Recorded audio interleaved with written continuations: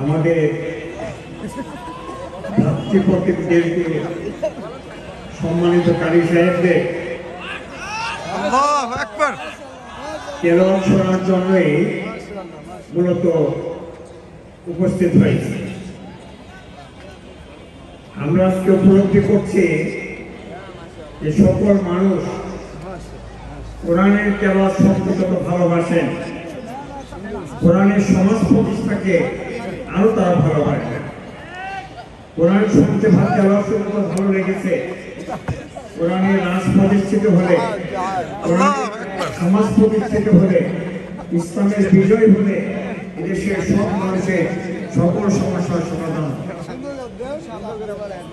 আল্লাহ তাআলা আমাদের সবাইকে এদেশের কোরআনের রাজ প্রতিষ্ঠার জন্য, ইসলামকে বিজয় করার জন্য, কোরআনের আইনকে প্রতিষ্ঠা করার জন্য ঐক্যবদ্ধ হয়ে কাজ করার তৌফিক দান করুন।